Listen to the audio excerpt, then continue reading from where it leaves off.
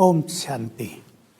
रूहानी उड़ान के लिए आज हम आपको बहुत श्रेष्ठ और शक्तिशाली पंख दे रहे हैं और वे हैं मैं सृष्टि की आधार मूर्त और उद्धार मूर्त आत्मा हूँ।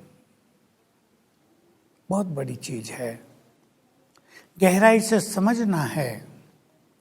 हम सभी जो सृष्टि की महान आत्माएं हैं, जिन पर भगवान की नजर पड़ी है, जिन्होंने अपने अंदर पवित्रता और योग की अद्भुत शक्ति धारण की है, वे सभी इस सृष्टि के आधार हो जाते हैं, जैसे कि नींव हो जाते हैं। नींव पर आधारित रहता है पूरा मकान। नींव यदि बहुत सुदृढ़ है तो मकान भी शक्तिशाली माना जाता है। और रेत पर ही नींव हो तो जरा से झटके में भी इमारत के ढहने की गुंजाइश बनी ही रहती है। तो हम महान आत्माएं, हम शक्तिशाली आत्माएं सृष्टि का आधार हैं। बहुत गहराई से चिंतन करेंगे और इसे स्वीकार करेंगे कि सतयुग से और कलयुग अंत तक इस सृष्टि का संपूर्ण आधार हमारी स्थिति है। सृष्टि की स्थिति कैसी होगी?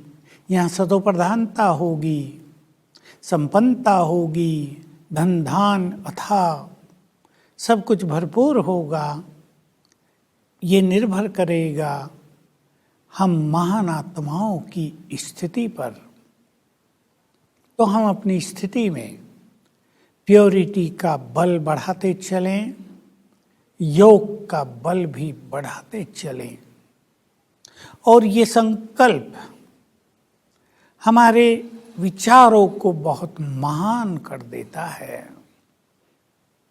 हमारे ऊपर सृष्टि खड़ी है तो हम बहुत जिम्मेदार हो गए। हम अलबेले नहीं हो सकते, हम एक कर्मण्य नहीं हो सकते। हमें चुस्त रहना है, श्रेष्ठ पुरुषार्थी बनकर रहना है। और अपने मन से जो ये छोटे छोटे विकार भी हैं ना, मैंपन, तेरा मेरा, ईर्षा द्वेष घृणा, वैर भाव, दूसरों का चिंतन करते रहना, प्रदर्शन करते रहना, जो देखने में छोटे विकार हैं परंतु ये विकार हमारी स्थिति को बिगाड़ते हैं। इनसे हमें स्वयं को मुक्त करना है, क्योंकि बड़ी जिम्मेदारी हमारे ऊपर है, बड़े काम हमें करने हैं। स्वीकार करें, मैं सृष्टि की आधार मूर्त आत्मा हूं। उद्धार मूर्त भी हैं। यों तो भगवान को ही, जो कि सबका परम सद्गुरु है, उद्धार करता माना जाता है। पर आप मंदिरों में जाकर देवी देवताओं की महिमा सुने तो श्री कृष्ण उद्धार मूर्त हैं, श्री राम उद्धार करने वाले हैं, देवियां उद्धार करने वाली हैं और बहुत सारे इष्ट देव देवी, उनकी महिमा में उद्धार करने वाले शब्द आ गया है। तो स्वयं भगवान ने अपने महान बच्चों को भी अधिकार दे दिया है, ये शक्ति दे दी है कि तुम सृष्टि का उद्धार करो। देखिए, कुछ मनुष्य तो ईश्वरीय आज्ञाओं पर चलकर, जिसे श्रीमत कहते हैं, अपना अभी उद्धार कर रहे हैं। विकारों से उन्होंने अपने को निकाल लिया है, जीवन ने यह भगवान के हाथ में सौंप दी है, उनका उद्धार तो निश्चित है। उन्होंने भगवान को अपना लिया है तो भगवान का जो वर्षा है मुक्ति और जीवन मुक्ति, उस पर उनका अधिकार हो गया है। उन्हें सोचना ही नहीं है कि मृत्यु के बाद किधर जाएंगे, कहाँ जाएंगे, हमारा क्या होगा। निश्चित हो गई गति और सद्गति।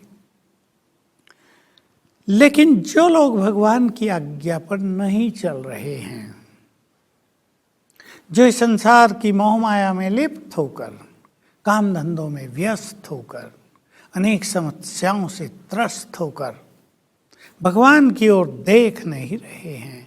एक समय आएगा जब वो भिखारी बनकर इन महान आत्माओं के समक्ष आएंगे और कहेंगे हमें गति दो, हमारा उद्धार करो, हमारा कल्याण करो, हमने समय यूं ही गंवा दिया है।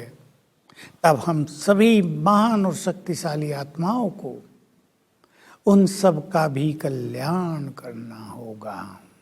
इसलिए हम उनके भी उद्धारकर्ता बन जाएंगे।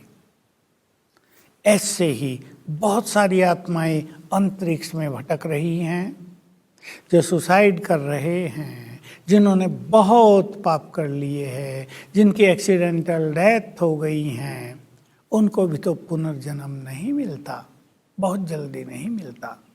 किसी को मिलता है तो लंबे काल कष्ट भोगने के बाद। तो इन आत्माओं का उद्धार भी हम सबको करना होगा अपने योग बल से। तो हम योग के पावरफुल वाइब्रेशंस फैलाएंगे, इन आत्माओं के विकर्म विनाश होंगे और ये अपने घर वापस जा सकेंगे, इनकी गति हो जाएगी। अब हम इस स्वमान को स्वीकार कर लें। मैं सचमुच सृष्टि की आधार मूर्त हूँ और उद्धार मूर्त हूँ। इतना बड़ा कार्य मुझे करना है तो क्या मैं अलबेला हो सकता हूँ? इतनी बड़ी मेरी जिम्मेदारी है, क्या मैं आलसी हो सकता हूँ, सुस्त रह सकता हूँ? क्या मैं इन विकारों की ओर आकृष्ट हो सकता हूँ? क्या इच्छाएं और कर्मेंद्रियों के रस मुझे अपना गुलाम बना सकते हैं? कदापि नहीं। जिनको महान कार्य करना हो उनको तो बहुत बोल्ड एंड स्ट्रॉन्ग होना ही चाहिए। तो हम स्वीकार कर लें, मैं सृष्टि की आधार मूर्त और उद्धार मूर्त आत्मा हूँ। बस इसके लिए अब इस तरह चिंतन करें, हमने अपना आधार मजबूत किया होगा, प्योरिटी का आधार, निश्चय का आधार, कुछ विशेष धारणाओं को हमने आधार बनाया होगा, तो हम सृष्टि को भी मजबूत नींव दे सकेंगे। यदि हमने अपना उद्धार किया होगा विकारों से, यदि हम मुक्त आत्मा बन गए होंगे कर्म बंधनों से, पाप कर्मों से, तो हम अनेकों को गति सदगति प्रदान कर सकेंगे। ये गति है।